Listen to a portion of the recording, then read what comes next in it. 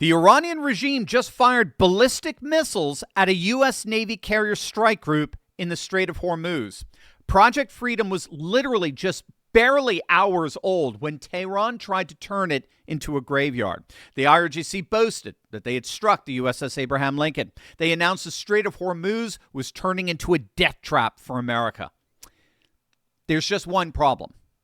This is Donald Trump's Navy, and it don't flinch. It shoots back. Hey gang, it's me, Dr. Steve, your patron professor, here to help you make sense of the madness with breaking news and analysis you're not going to get anywhere else. So you know what to do. Make sure to smack that bell and subscribe button. Also, if you're spending hours trying to figure out what's actually true and reliable news and information and you still feel lost, I built my Patriot Alerts just for you. Once a day, I cut through all the noise and I send you what actually matters and what it means for you and your family. Scan the QR code below and get your mornings and your sanity back. All right, gang, let's dive right in here. Just hours ago, President Trump launched Project Freedom, a massive naval escort operation designed to break Iran's chokehold on the Strait of Hormuz and free the hundreds of commercial ships that have been trapped there for weeks. We're talking 15,000 American service members, guided missile destroyers, over 100 land and sea-based aircraft, and multi-domain unmanned platform. The USS Abraham Lincoln carrier strike group is on station in the Arabian Sea, aircraft orbiting overhead. The mission is live. And then, again, just hours ago, Iran answered. Within hours of Project Freedom going live, Iran's Fars News, that's the IRGC's propaganda arm, they started screaming that 2 ballistic missiles had struck the USS Abraham Lincoln. Their former IRGC commander declared that American forces would now face a graveyard of carriers and troops in the strait. The IRGC even issued a 30-day ultimatum: end the naval blockade or the strait becomes a deadly trap for American forces. CENTCOM's response? 2 words: stop lying. The Lincoln was not hit. The missiles didn't even come close. And as CENTCOM put it, and I love this, the Abraham Lincoln continues to launch aircraft in support of relentless operations against the Iranian regime. It looks like Iran really did fire those missiles, but the Navy didn't flinch for a single second. But here's where it gets even more interesting, because Iran didn't just fire at a U.S. carrier strike group. They also fired at a country that's not even technically in this war. Now, just to be clear, since the ceasefire began back on April 8th, Iran has attacked U.S. forces more than 10 times and targeted commercial vessels 9 times, seized 2 container ships. As far as naval forces are concerned, all this is just nuisance, like a mosquito. It all remains below the threshold for resuming full combat. In its place, U.S. forces destroyed 6 Iranian small boats in the strait just yesterday alone, as if to remind the Iranian regime of just how powerless they really are. But then, at 3 in the morning local time, air defense radars across the United Arab Emirates lit up like a Christmas tree. 4 cruise missiles inbound from Iran headed straight for a country who technically are not even in this war. The UAE's air defenses engaged 12 ballistic missiles, 3 cruise missiles, and 4 drones in a single night. 3 people were injured, all Indian nationals. Prime Minister Narendra Modi of India is absolutely livid over it. Had some very choice words for Iran. And in addition, a fire broke out at a key oil facility in Fujairah, the endpoint of Abu Dhabi's pipeline that bypasses the Strait of Hormuz entirely. So here's what's happening, at least at one level. Iran couldn't stop Project Freedom in the strait. We now have supertankers crossing Hormuz under U.S. protection. The regime can't do anything about that, so they've targeted Fujairah, the UAE's escape hatch, the one route that gets Gulf oil to market without ever touching the strait. It's a tacit admission that Iran no longer controls the strait, or at the very least, controlling the strait is no longer the leverage it used to be with these alternative routes.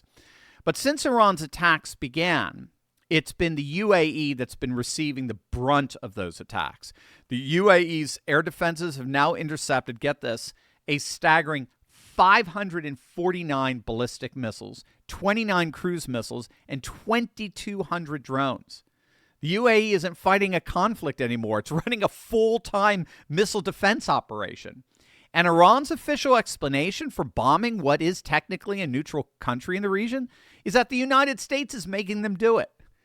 In other words, yeah, we didn't mean to blow up your refinery. America made us do it. Again, it's beyond absurd. It's absolutely unintelligible. And that's when Saudi Arabia began making its move.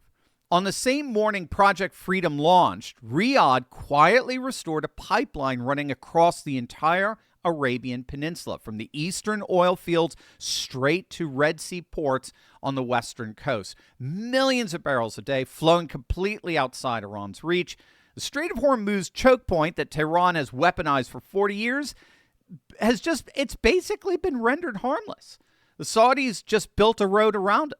I mean, this was Crown Prince Mohammed bin Salman's picking a side very clearly, not with a press conference, not with a tweet, but with a literal east to west pipeline. Meanwhile, the United States used attack helicopters to blow up Iranian fast attack boats in the strait.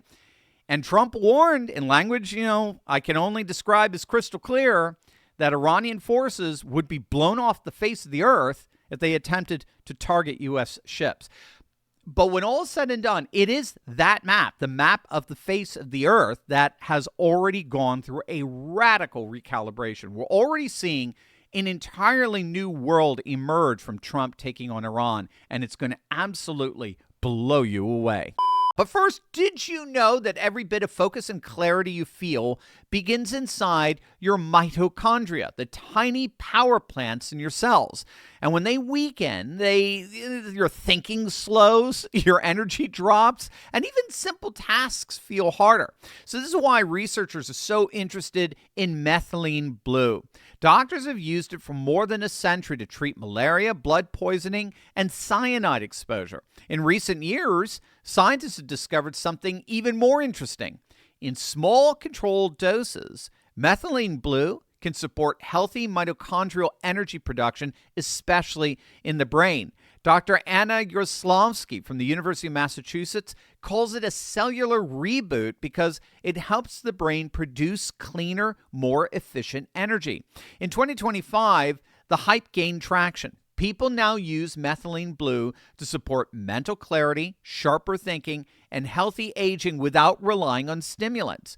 But purity matters. Many products online are aquarium-grade blue dyes or unregulated powders that are not meant for human use. The wellness company's Recharge is in a league of its own. It's pharmaceutical-grade methylene blue. It's paired with PQQ and NAD, the ultimate brain hack hybrid. And for a limited time, you get 15% off your order plus free shipping. So just head on over to twc.health/Turley and use code Turley to get 15% off your order. Feel the difference. Think clearer. Recharge. Click on that link below right now. We're now approaching 60 days of the Iran conflict, and the voices saying Trump has failed, or that the war is going badly, or that unbelievably that Iran is winning, all of this nonsense, they're really not convincing or persuading anyone. Well, anyone outside of the most deranged TDS sufferers. Take a look at the latest Harvard-Harris poll. 74% of Americans believe the United States is winning the war in Iran. It's a supermajority. People, as it turns out, are not tuning in to the 24/7 pro-Iranian propaganda spewed out by the legacy media. That propaganda is completely non-empirical, and it's antithetical to the evidence that we see all around us. There's just no way around this. Iran is losing $500 billion per day in economic input. Their oil storage is filling up. In weeks, not months, they either have to stop pumping their own wells or they build storage that we can immediately target and destroy. They are at the brink economically, and keep in mind, they were already at the brink before the first bomb dropped. That's why the protests exploded across the country in early January. So they're economically imploding. And you'll notice that the pro-Iranian legacy media never brings that fact up. So they're economically imploding, and then there's their military. All these futile and feeble sporadic attacks from the regime all prove that their military has been rendered inert. They're not a military problem anymore. Iran is not a military problem anymore. You got to get that. It's a purely political problem. All the pre-war objectives, neutralizing Iran's nuclear program, destroying their missile and drone forces, cutting off their proxy funding for Hezbollah and Hamas and the Houthis, those have all been mostly met. What comes next, Victor Davis Hanson was talking about this, what comes next is legitimately a political question. How far does Trump go? Does he wait for unconditional surrender? Does he lock in the most decisive American strategic victory in a generation and shape the terms of whatever comes next? Well, we can already see the global ripple effects of what's happening here. This is where things truly get civilizational, as it were. So you got the UAE and possibly Oman leaving OPEC. Did you hear about this from last week? So OPEC, remember, OPEC was designed back in 1973 to restrict production and drive up oil prices. If the UAE alone pumps at full capacity, we'll be seeing 2 million extra barrels per day hitting the market. If Saudi Arabia follows, you're talking about a 20% surge in global supply. And again, not even including our Trump's policy of drill, baby, drill, making the United States the #1 energy exporter in the world. OPEC collapses, oil prices crash, and suddenly the Strait of Hormuz, the waterway that Iran has used as a pistol, held to the world's head for 4 decades, loses all of its strategic leverage. Then there's China. Beijing spent the entire Biden years threatening Taiwan, issuing videos simulating the bombing of Japan, lecturing the world about how unstoppable they were. Then they just watched this. They just watch what happened in the Persian Gulf. They watch U.S. and Israeli air power flood the zone with drones, missiles, sophisticated air defenses, surface drones, submarine drones. And Beijing realized that their entire Taiwan calculus has just changed permanently. And then there's Russia. They lost the Assad regime in Syria. They're bogged down in a Stalingrad-style quagmire in Ukraine. And now they've watched the United States demonstrate exactly what a techno-modern air power is capable of doing. I mean, we've accomplished in days what Russia couldn't even approximate in years. And then there's Europe. I mean, let's just be blunt. Europe just continues to absolutely embarrass itself. They told Trump no bombers in Sicily, no planes in France. You can't fly over Spain, or no planes in Spain. You can't fly over France. You can't use Diego Garcia for anything offensive. That's from the UK. Europe, they refuse to patrol the strait. And so even though they get, 5 times the amount of oil that we would get from there. And so Trump turned around and said, fine. We're going to withdraw our troops from Germany. We're going to withdraw our troops from Spain. We're going to withdraw our troops from Italy. And we're not going to pour billions of dollars in your pathetic welfare-oriented economies anymore. And now the Europeans are freaking out. The leaders are freaking out that they're going to have to do this alone.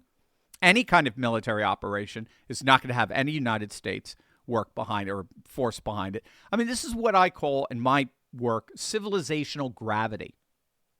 When the center reasserts itself, when it demonstrates will, power, and the confidence to lead, the periphery inevitably ends up realigning. Venezuela realigned. Cuba is realigning. Saudi Arabia just quietly pumped its oil around Iran without saying a word. The UAE, Oman, Bahrain aligned through the Abrahamic Accords framework. And now Iran.